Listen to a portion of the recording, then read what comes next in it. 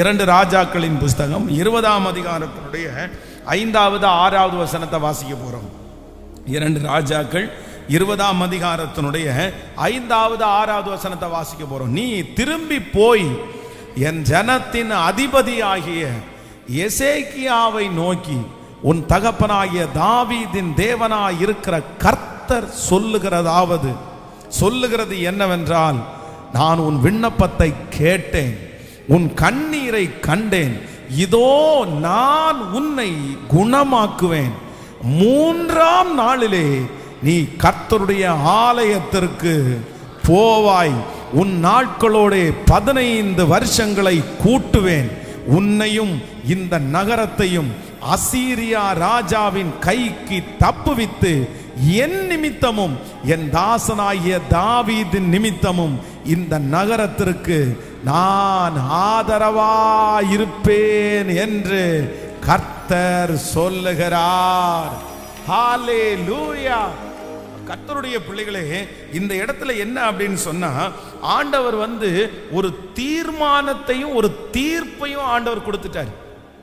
ஆண்டவர் ஒரு தீர்மானமும் எடுக்கிறார், ஒரு தீர்ப்பும் கொடுக்கிறார். என்ன தீர்ப்பு கொடுக்கிறார் அப்படின்னு சொன்னா, இந்த எசேக்கியாவை பார்த்து முன்னாடி அதிகார வசனங்கள்ல வாசிக்கும் போது, உன்னுடைய காரியத்தை ஒழுங்குபடுத்து. 20ஆம் அதிகாரம் 1வது வசனத்துல வாசிக்கும் போது, அந்நாட்களிலே எசேக்கியா வியாதிப்பட்டு மரணத்திற்கு ஏதுவாயிருந்தான். அப்படின்னா இந்த ராஜாவுக்கு உடம்பு நல்லா இல்லாம வருது, அதுவும் மரண தருவாயான உடம்பு. அப்பொழுது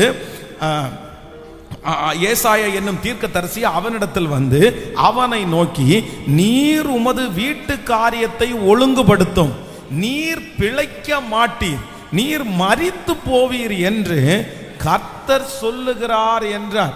இப்போ உடம்பு நல்லா இல்லாம இருக்கிற அந்த மனுஷனை பார்த்து தீர்க்கதரிசி உள்ள என்ன சொல்றாரு அப்படின்னு சொன்னா, எப்பா உன் டைம் முடிஞ்சிருச்சு, ஆண்டவர் உன்னை எடுத்துக்கொள்ள போறாரு, ஒன்னு பண்ணுங்க, நீ காரியத்தை எல்லாம் என்னப்படுத்து, ஒழுங்குபடுத்து. அது ராஜாக்கள் மரிச்சு போகும்போது அவங்களுக்கு நிறைய வேலை இருக்கும். பொதுவாக ரொம்ப பெரிய பெரிய ஆட்கள் கோடீஸ்வரர்கள் இறந்து போன அன்னைக்கே இறந்து போயிட்டாருன்னு டிக்ளேர் பண்ண மாட்டாங்க யாருமே. ஏன் அப்படின்னு சொன்னா, அவங்க அவங்கள பாதுகாப்பாகவே வச்சுக்குவாங்க. அவங்க இறக்கல, மரிச்சு போகல, மூச்சு விட்டுட்டே இருக்கிறாரு, கொஞ்சம் ஏறி இறங்குது, ஆனா அவர் ஆல்ரெடி இறந்திருப்பாரு. என்ன நடக்கும் அப்படின்னு சொன்னா, அவங்க உள்ளுக்குள்ள அந்த ஹாஸ்பிட்டல்ல வச்சு அவருடைய சொத்துக்கள், அவருடைய கம்பெனி, இது எல்லாத்தையும் முதல்ல என்ன பண்ணிடுவாங்க, செட்டில் பண்ணிடுவாங்க. செட்டில் பண்ணி முடிச்சதுக்கு பிற்பாடு தான் அவர் என்ன பண்ணுவாருன்னா, இறந்துட்டார் அப்படின்னு டிக்ளேர் பண்ணுவாங்க.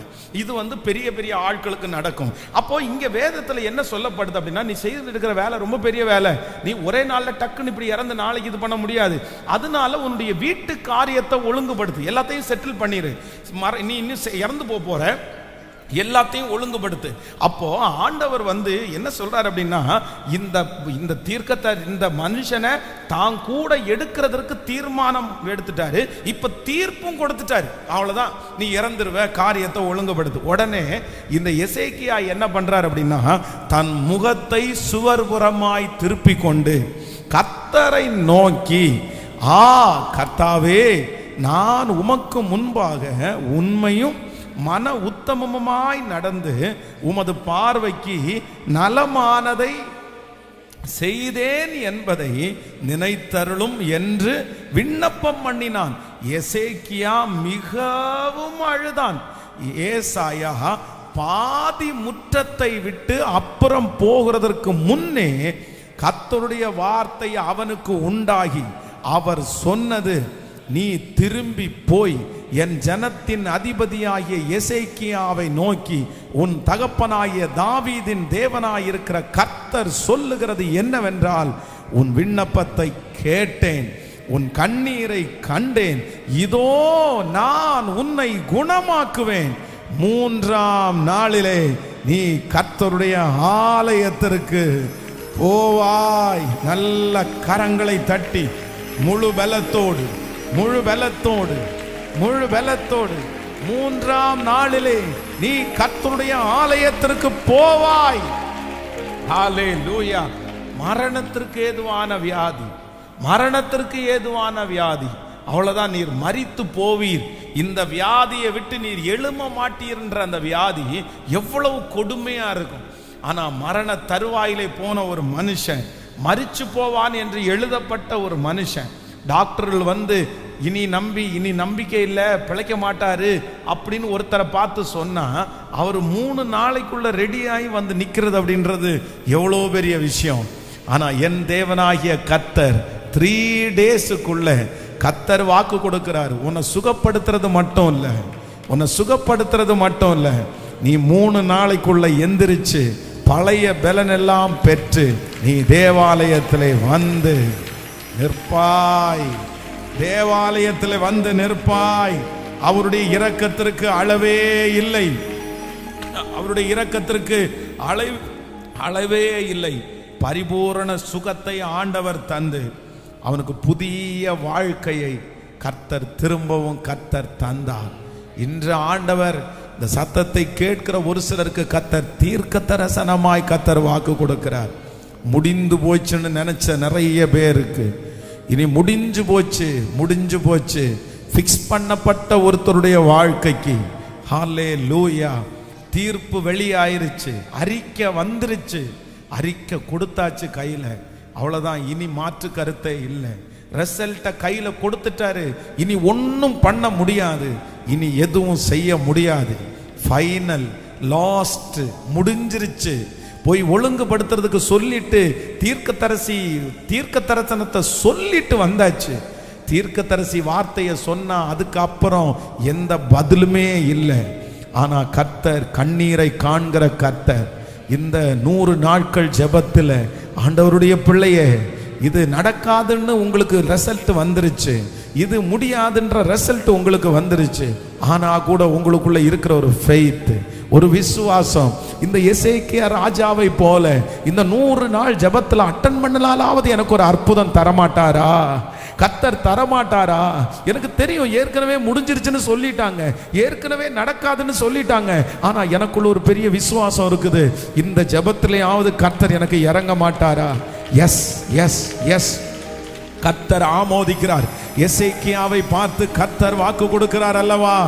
ஆமென் ஆமென். உன் விண்ணப்பத்தை கேட்டேன், உன் கண்ணீரை கண்டேன். உன் விண்ணப்பத்தை கேட்டேன், உன் கண்ணீரை கண்டேன். உன்னுடைய நாட்களிலே 15 வருஷத்தை உனக்கு கூட்டி கொடுப்பேன் என்று வாக்கு கொடுத்த அந்த தேவனாகிய கர்த்தர் சொல்லுகிறார். முடிஞ்ச அத்தனையும், க்ளோஸ் பண்ணப்பட்ட அத்தனையும், மூடப்பட்ட துறவுகள் அத்தனையும் இந்த நாளில் கர்த்தர் திறக்கிறார். இன்னும் 3 நாளைக்குள்ள அது கண் முழிக்கப்படும். இன்னும் 3 நாளைக்குள்ள அது கொஞ்சம் வளர ஆரம்பிக்கும். இன்னும் 3 நாளைக்குள்ள முடிஞ்சு போன சில காரியத்தை கர்த்தர் கையில எடுக்கிறத நீங்க பாப்பீங்க.